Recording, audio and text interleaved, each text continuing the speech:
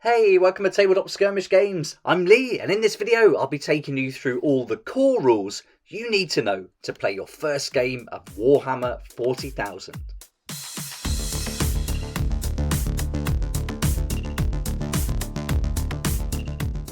In this video you'll see the introduction and key concepts, data sheets, the command phase, the movement phase, the psychic phase, the shoot-in phase, the charge phase, the fight phase, the morale phase, and finally we'll go through missions and setting up a game.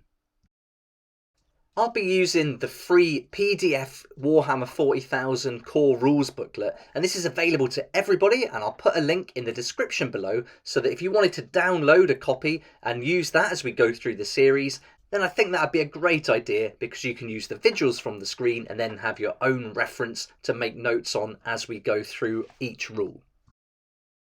To play a game of Warhammer 40,000, you'll need to select a mission and each player will need to take control of an army. Your army will be made up of all the models you've collected, built and painted, and the size of the army will be decided by the power level or by the number of points you agree on with your opponent. The rules you need for all the models in your army will come on data sheets, and you can find these in the different codexes that are available for all the different factions of the game. Your models will move and fight in units, and a unit can have one or more models chosen from a single data sheet. Your units will have to move around with unit coherency, and a unit that has more than one model must be set up and finish any sort of move as a single group, with all models within 2 inches horizontally and 5 inches vertically of at least one other model from their unit. If a unit has 6 or more models, all models must be within 2 inches horizontally and 5 inches vertically of at least 2 other models from their unit. If a unit cannot end any kind of move in unit coherency, then that move cannot be made. Now let's take a look at engagement range, and this is another key concept of the game. Engagement range represents the zone of threat that models present to their enemies. While a model is within 1 inch horizontally and 5 inches vertically of an enemy model, those models are within engagement range of each other. While 2 enemy models are within engagement range of each other, those models' units are also within engagement range of each other.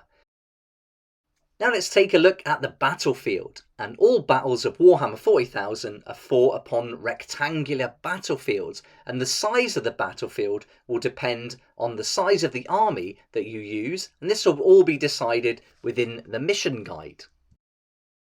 A battlefield is also going to have scenery, and this can be anything from junk modelling to just cans of baked beans to full-on proper terrain that you've bought, built and painted. Whatever you use for your terrain, these are called terrain features. We don't need to worry too much about terrain for the basic rules, but if you want to get into a bit more detail, then the Warhammer 40,000 core book does have a lot more rules for various terrain features if you want to introduce that to your game. But for now, we're going to keep it nice and simple and just use some terrain from the collection that looks interesting. And it is recommended though that you have one terrain feature on the battlefield for every 12-inch by 12-inch area rounding up. So that's a good guide to use when setting up your game. Now let's take a look at measuring distances, and distances are measured in inches between the closest point of the bases of the models you're measuring to and from. If a model does not have a base, such as in the case with many of the vehicles, then measure to the closest point of any part of that model. This is called measuring to the model's hull, and you can measure distances anytime you wish. The next rule to look at is the within and wholly within rule. And if a rule says it applies within a certain distance, it applies at any distance that is not more than the specified distance. For example, within 1 inch means any distance that is not more than 1 inch away.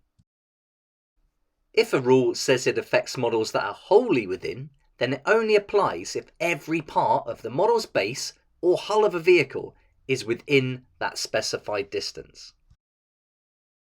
Some within or wholly within rules will apply to units, and if that's the case, then the whole unit has to either be within the distance or wholly within it.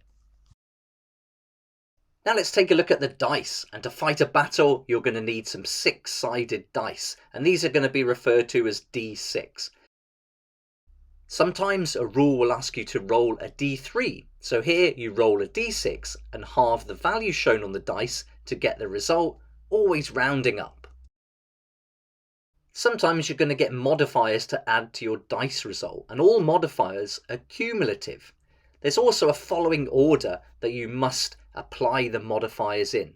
These are division, then multiplication, then addition, and finally subtraction.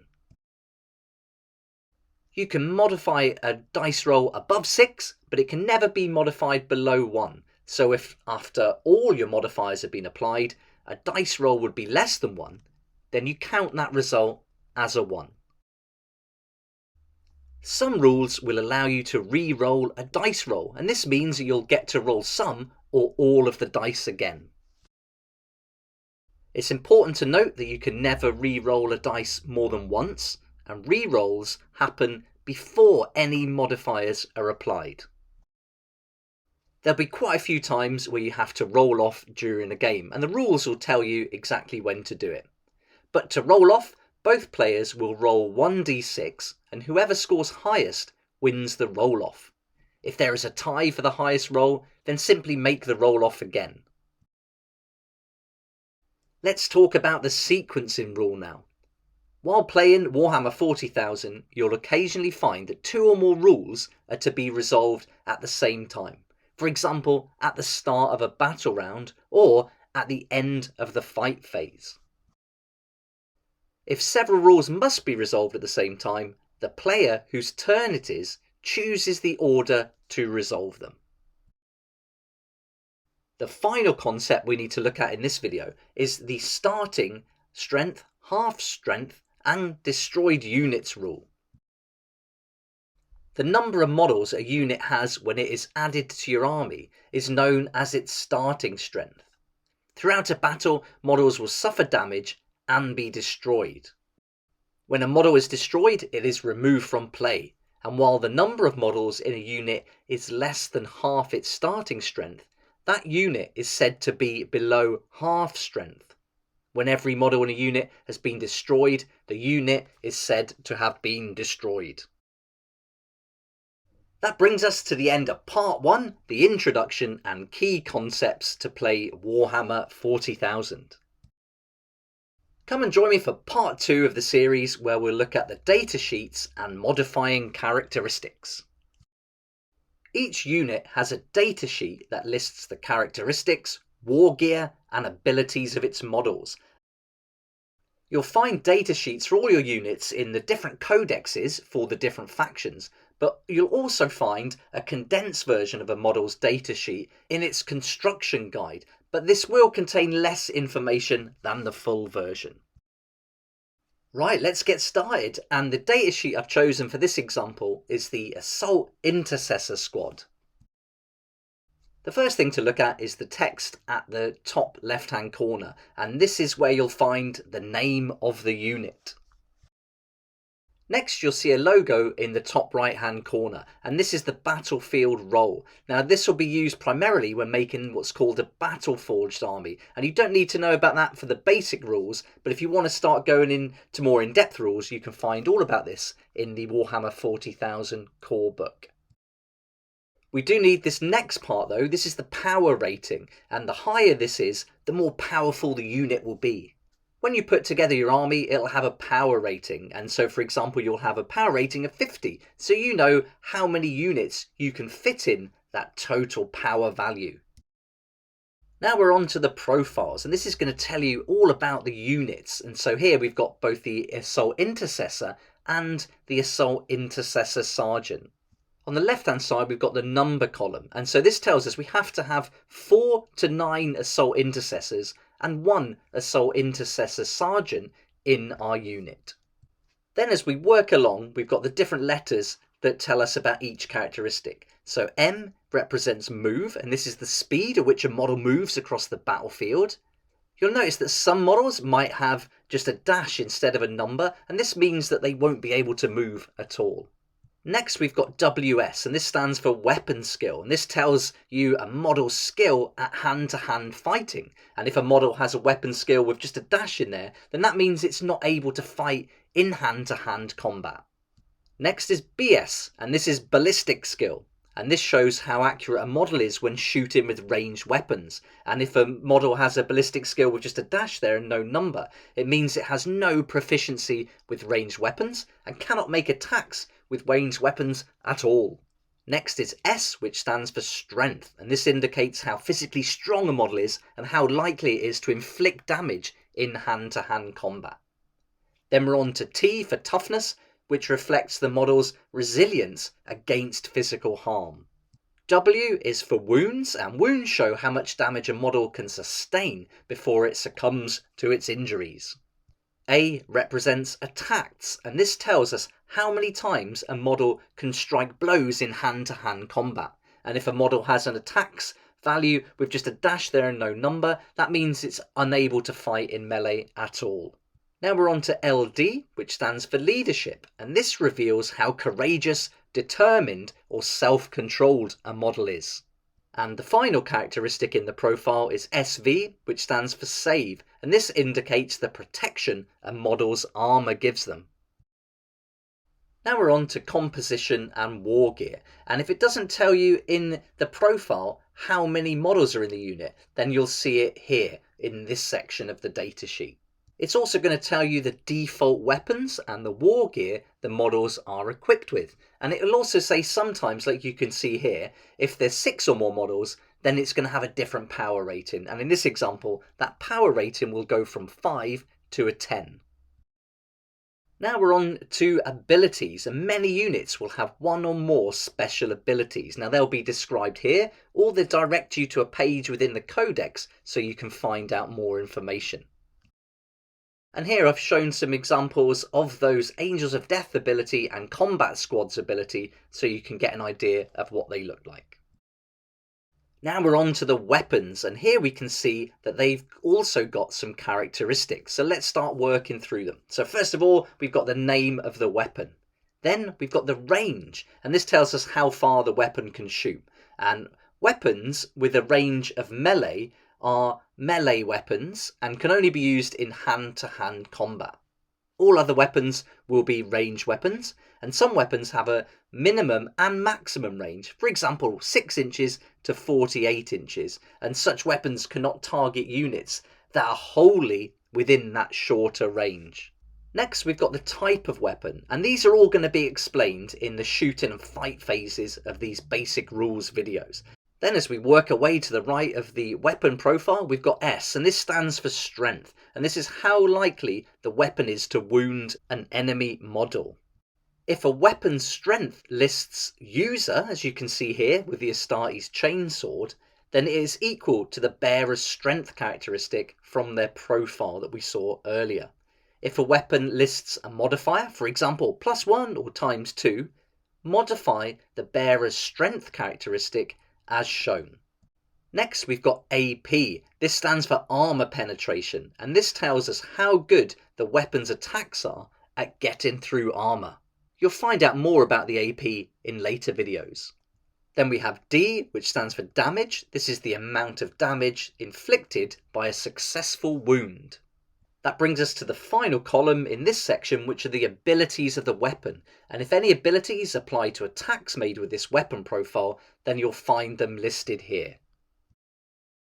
Now we're on to war gear options, and some datasheets will have a bullet-pointed list of war gear options. And when you include such a unit in your army, you can use these options to change the weapons and other war gear of models in the unit. The order you use these options in does not matter, but each can only be used once. Some war gear is going to be in a different section of each codex. I've just included a section here from the Space Marines codex so you can see what that looks like. It will tell you the different type of war gear and then the points value that you would have to add on if you're playing that type of game. Now we're on to the keywords, and datasheets will have a list of keywords separated into faction keywords and other keywords. And the former can be used to help guide which models to include in an army, but otherwise both sets of keywords are functionally the same, and you'll see them cropping up in various rules throughout the game. As well as the regular full datasheet that we just went through, you'll find condensed datasheets in the instruction guides of many of the models, and these use lots of different logos to represent the different characteristics, and this is so that it can apply to all different languages. And so if you really want to be using the full datasheets, I think, to get the full benefit and every single piece of information about each unit. Now we've seen the datasheet and gone through all the different sections of it, let's talk about modifying characteristics. Many rules modify the characteristics of your models and their weapons, and as we talked about in part 1, all modifiers to a characteristic are cumulative and you must apply them in a certain order. As we saw earlier, some characteristics will just have a dash in place of a number, and this means they can never be modified. That now brings us to the end of part 2 of this How to Play Warhammer 40k series, and so now we've gone through the data sheets. It'd be awesome if you come and join me for part 3, where we begin the battle round and start looking at the command phase. Warhammer 40,000 is played in a series of battle rounds. In each battle round, both players have a turn, and the same player always takes the first turn in each battle round. The mission you're playing will tell you which player this is. Each turn consists of a series of phases which must be resolved in the following order. Number 1 is the command phase, and that's what we'll be covering in this video. Then we've got the movement phase, the psychic phase, the shooting phase, the charge phase, the fight phase, and then the morale phase. And you can see a video for each of these in the series. Once a player has gone through each of these phases, their turn has ended, and then their opponent starts their turn. Once both players have completed a turn, the battle round has been completed, and the next one begins, and so on until the battle is concluded. Now we can move on and start looking at the command phase. And if your army is battle forged, then at the start of your command phase, before doing anything else, you gain 1 command point. This will be written as 1 CP. You can find out more about these battle forged armies and command points in the main core book, and so we don't need to worry about this quite yet for these basic rules. Some abilities found on datasheets and even in some stratagems will be used in your command phase. In addition, some missions have rules that take place in the command phase. Once you and your opponent have resolved all of these rules, if any are in place, then you can progress to the movement phase.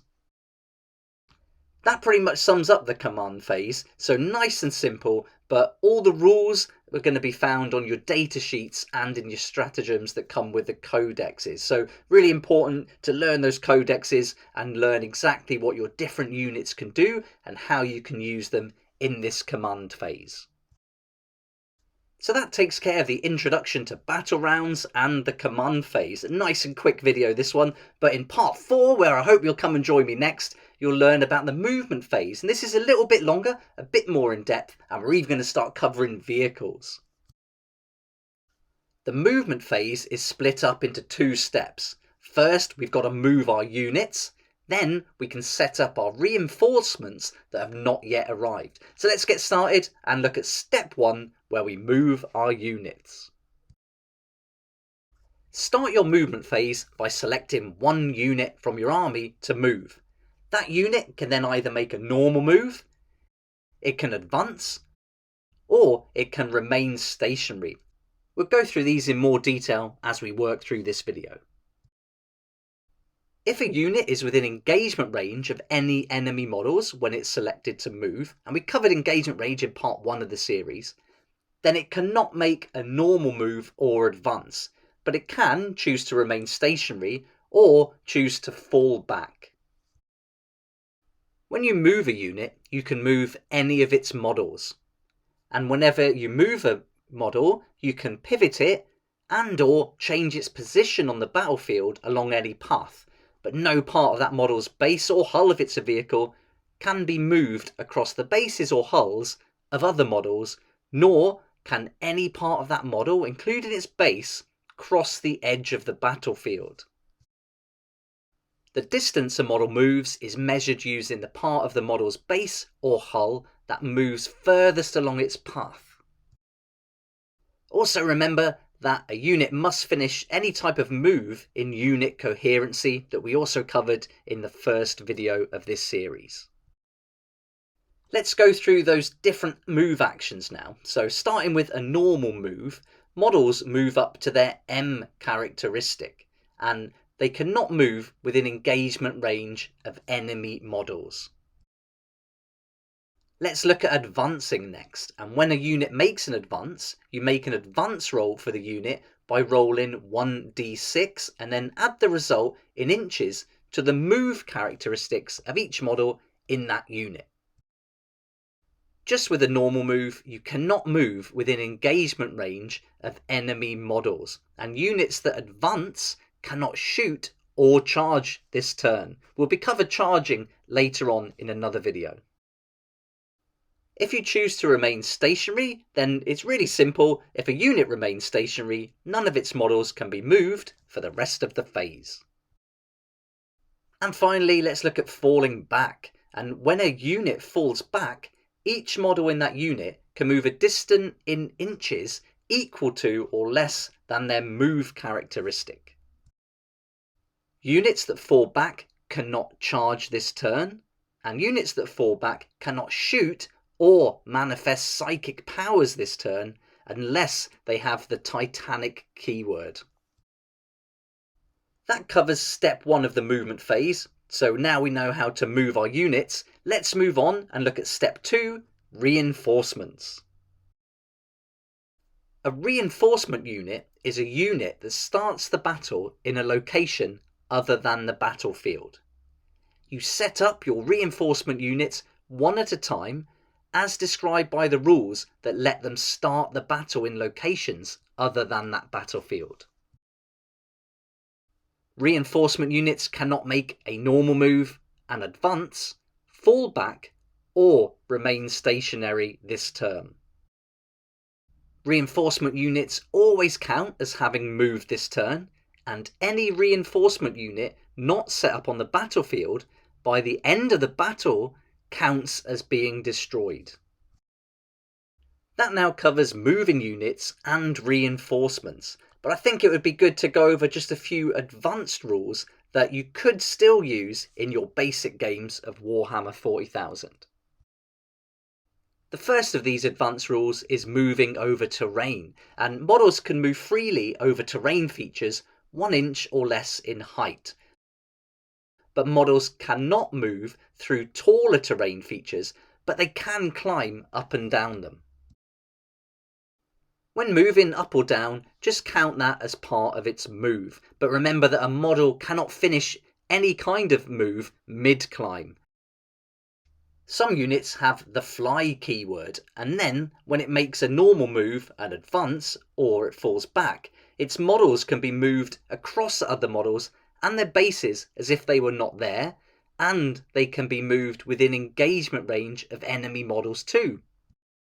Any vertical distance up or down that they make as part of that move is ignored. But just be aware that the models cannot finish their move either on top of another model or its base, or within engagement range of any enemy models. Let's look at transports next, and there's quite a few rules to go through for this. Some models have the transport keyword. All transport models will have a capacity listed on their datasheet. It'll tell you how many friendly models they can have and what type of models can be taken on board. Units can start the battle embarked within a transport instead of being set up separately. All you need to do is declare what units are embarked within a transport model before you set up. Let's look at embarking now, and if a unit makes a normal move, an advance, or it falls back, and every model in that unit ends the move within 3 inches of a friendly transport model, they can then embark within it. A unit cannot embark with a transport that is within engagement range of any enemy models, and they cannot embark and disembark in the same phase. Units cannot do anything or be affected in any way while they are embarked within a transport. Let's look at how to disembark now. And units that start their movement phase embarked in a transport can choose to disembark this phase. A unit must disembark before their transport moves though. Disembarking units must be set up wholly within 3 inches of their transport and not within engagement range of any enemy models. And note that units that have disembarked count as having moved this turn. Let's look at what happens when a transport is destroyed. If a transport is destroyed, resolve its explodes ability if it has one. Then any units embarked within that model must then disembark. Roll 1d6 for each model that disembarked. For every 1 you roll, 1 model is destroyed. Units that disembarked cannot charge or even perform heroic interventions for this turn. That covers transports, but some models may also have the aircraft keyword. So let's take a look at aircraft rules.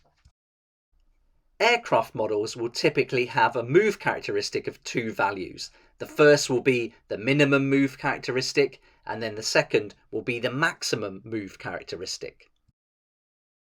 The aircraft models must move at least their minimum movement characteristic. And if a model cannot make its minimum move, it is destroyed unless you are using strategic reserves. Aircraft will have an engagement range like any other model, but there's going to be a few extra rules and exceptions to apply to it.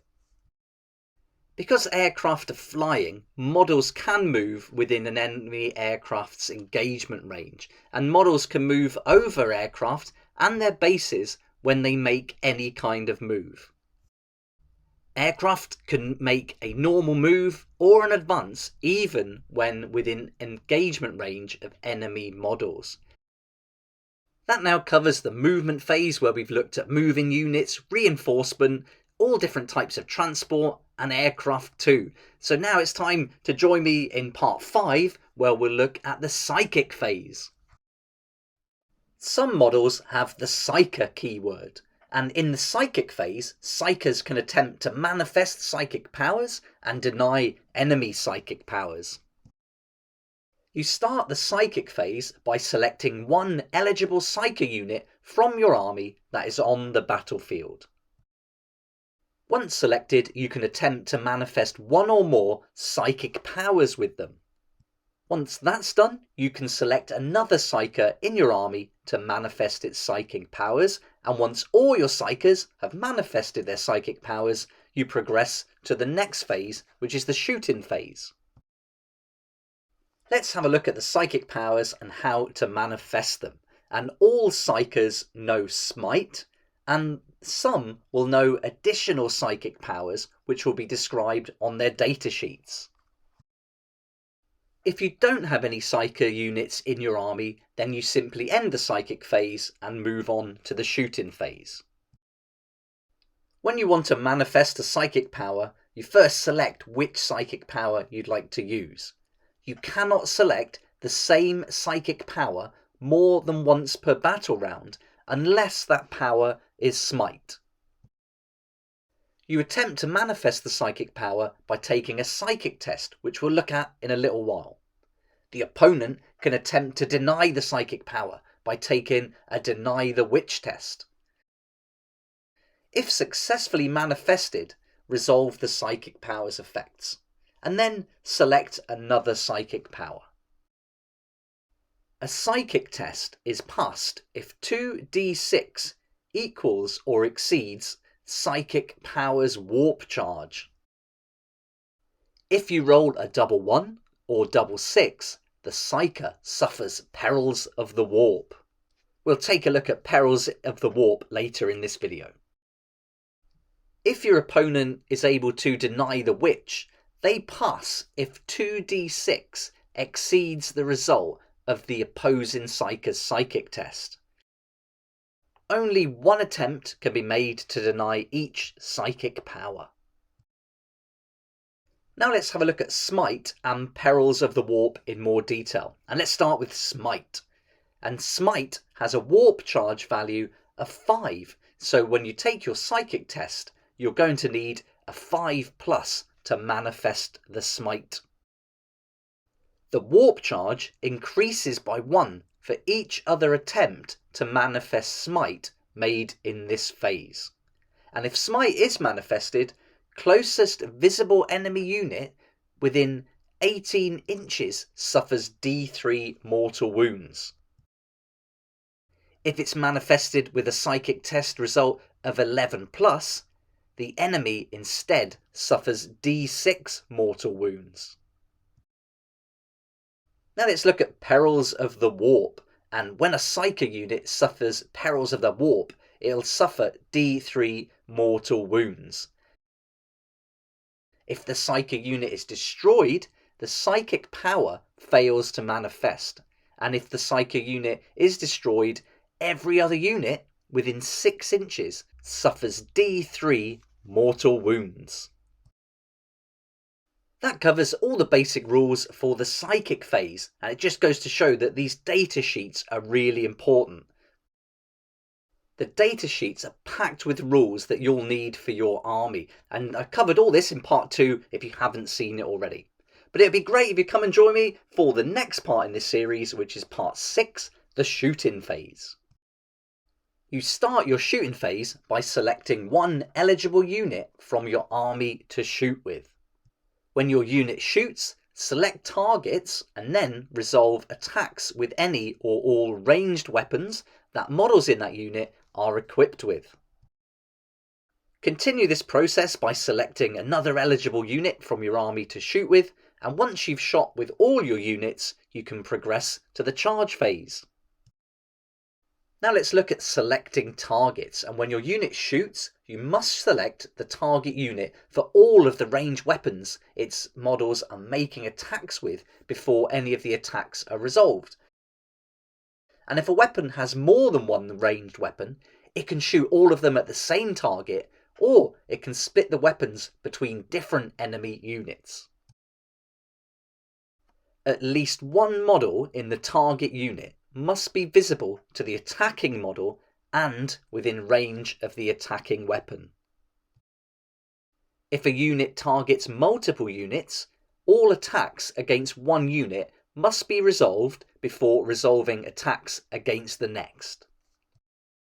If a unit shoots with multiple weapons, all attacks made with weapons that have the same profile must be resolved before resolving attacks with the next. When a model shoots a ranged weapon, it will make a number of attacks, and you make one hit roll for each attack being made. All of a ranged weapon's attacks must be made against the same target unit, and for the number of attacks, just look at the number after the weapon's type.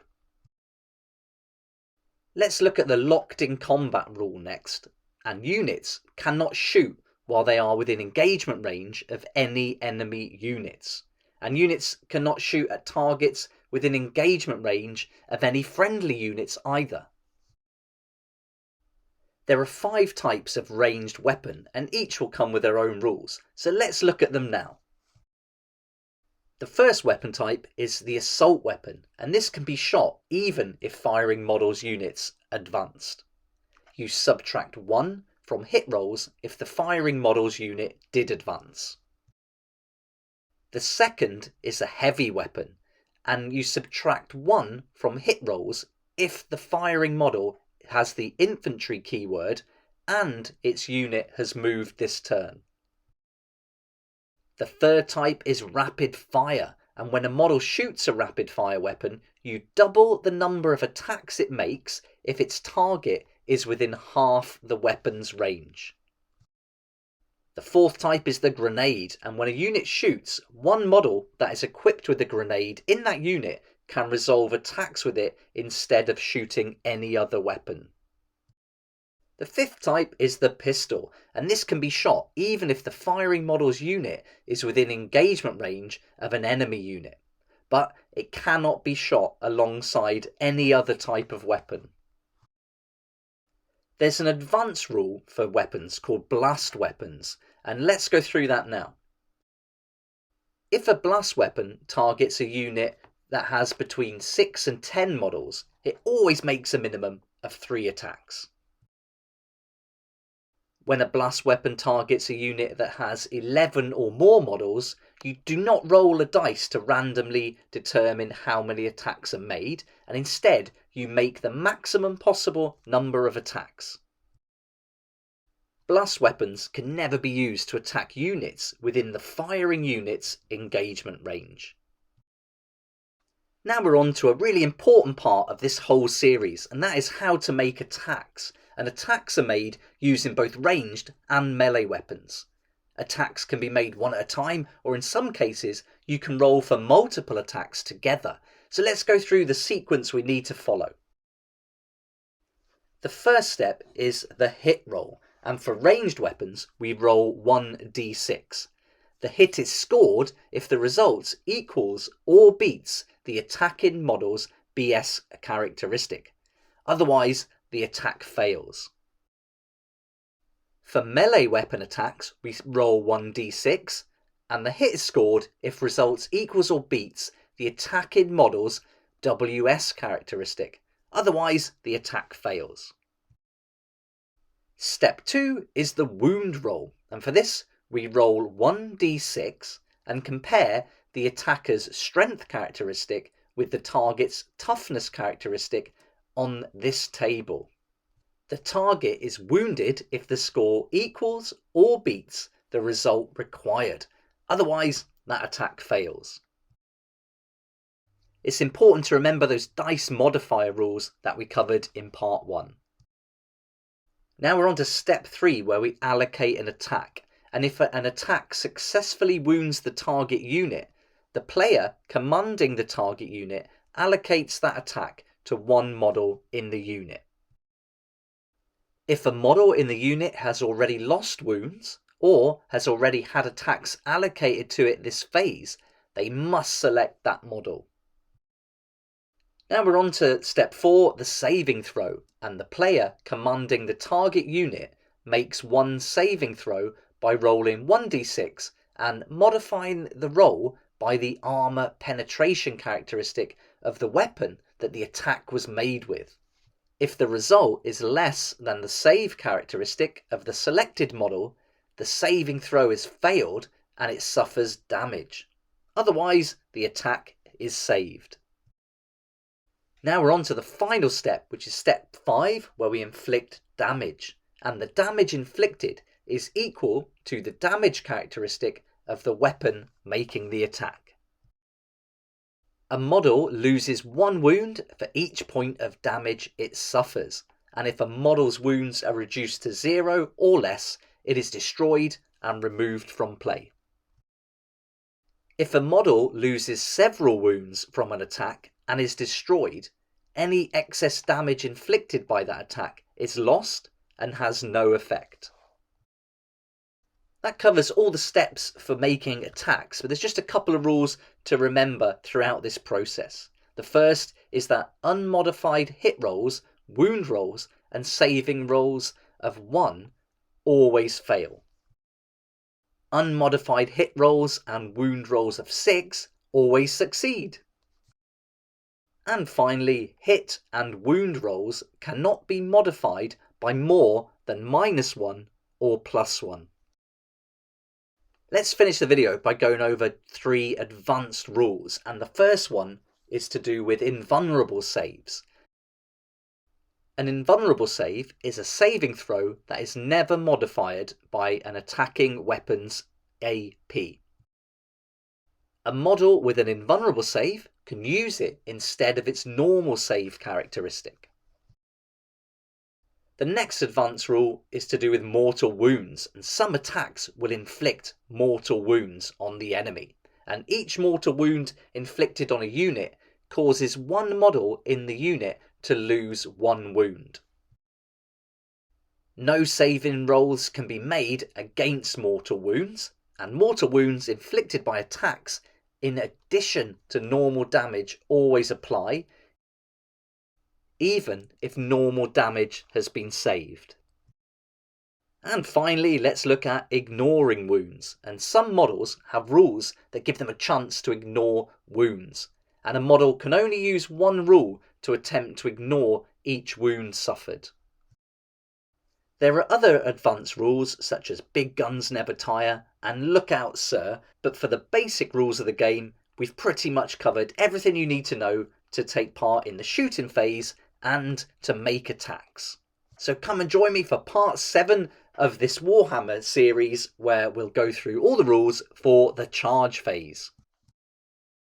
The charge phase is split into 2 steps, and so first you'll make your charge with your units, and then your opponent can perform heroic interventions. Let's look at charges. So you start your charge phase by selecting one eligible unit from your army that you want to charge, and then declare a charge with it. An eligible unit is one that is within 12 inches of any enemy units at the start of the charge phase. The next step is to declare the target of the charge, and they must be within 12 inches. Then roll 2d6. This is the maximum number of inches each model in the charging unit can now be moved if they can make the charge move. To make a charge move, the unit's charge roll must be sufficient that it is able to end that move in unit coherency and within engagement range of every unit that was a target of its charge. It's important to note that they cannot move within engagement range of any enemy units that were not a target of the charge. If you meet all those conditions, then the charge is successful and models make their charge move. With the charge move complete, now let's look at heroic interventions, and your opponent can now select an eligible character unit from their army to perform a heroic intervention. An eligible character unit is one that is not within engagement range of any enemy units, but is within 3 inch horizontally and 5 inch vertically of an enemy unit. To perform a heroic intervention, you move your model up to 3 inches, and you must end closer to the closest enemy model. Once that heroic intervention with a character unit is complete, you can select another eligible character unit from your army to do the heroic intervention. And once all your character units have performed heroic interventions, you then progress to the fight phase. That takes care of the charging and heroic interventions. So let's take a look at 3 advanced rules that also apply in this phase. The first is charging over terrain, and models can make a move freely over terrain features that are 1 inch or less in height. Models cannot move through taller terrain features, but can climb up and down them as normal. The next advanced rule is flying when charging, and fly models can move over other models when they make a charge move. Fly models can also move over terrain, including buildings, like any other model when they make a charge move. And the final advanced rule is Overwatch. Certain rules enable units to fire Overwatch at an enemy unit before it can charge. If an enemy unit declares a charge that targets one or more units from your army that have such a rule, each of those units can fire Overwatch before the charge roll is made. It's important to note that you can never fire Overwatch while enemy units are in engagement range. Overwatch is resolved like a normal shooting attack and uses all the normal rules, except that an unmodified hit roll of 6 is always required for a successful hit roll, irrespective of the firing model's ballistic skill or any roll modifiers. And finally, any rule that states the unit cannot be targeted unless it is the closest target, for example the Lookout Sir rule, does not apply when firing Overwatch.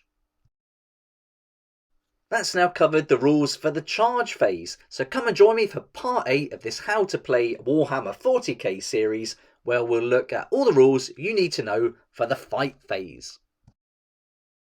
Starting with the player whose turn is not taking place, the players must alternate selecting an eligible unit from their army and fight with it. An eligible unit is one that is within engagement range of an enemy unit and or made a charge move in the same turn. When a unit fights, it piles in, then it makes close combat attacks, and then it consolidates, and we'll be covering all of this in this video. If one player has no more units left to fight with, their opponent then fights with their remaining units one at a time. And once all units are fought, you progress to the morale phase, which we'll cover in part 9 of the series. Units that made a charge move this turn fight first in the fight phase. This means that units that did not make a charge move this turn cannot be selected to fight until after all units that did make a charge move have fought. Once you've selected a unit, the unit piles in, and you can move each model in that unit up to 3 inches during this pile-in move. Each model in the unit must finish its pile-in move closer to the closest enemy model, and a model that is already touching an enemy model cannot move, but it still counts as having piled in. Now we make the close combat attacks, and before resolving those attacks, you must first determine which models can fight and how many attacks they will make, and then you select the target unit for all of the attacks those models will make, and declare what melee weapons those attacks will be made with. The models that can fight have to be in engagement range of an enemy unit, but they can also be within ½ inch of another model from their own unit that is within ½ inch of an enemy unit. The number of attacks a model can make is determined by its attack characteristic, and you can make one hit roll for each attack being made. Now it's time to select the targets before you resolve any attacks. If the attacking unit made a charge move this turn, its models can only target units it declared a charge against this turn, or units that performed a heroic intervention this turn. With our target selected, now we need to select our weapon, and each close combat attack is made with a melee weapon. If a model doesn't have a melee weapon, it makes attacks using the close combat weapon profile that you can see here and find on page 22 of the basic rules. If a unit attacks with multiple melee weapons, all attacks made with weapons that have the same profile must be resolved before resolving attacks with the next.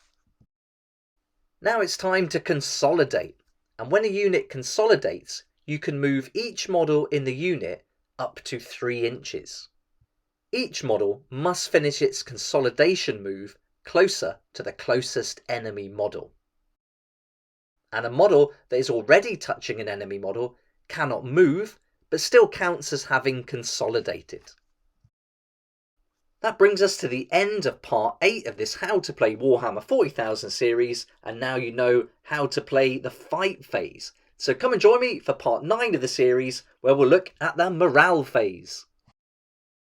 The morale phase is split into 2 steps.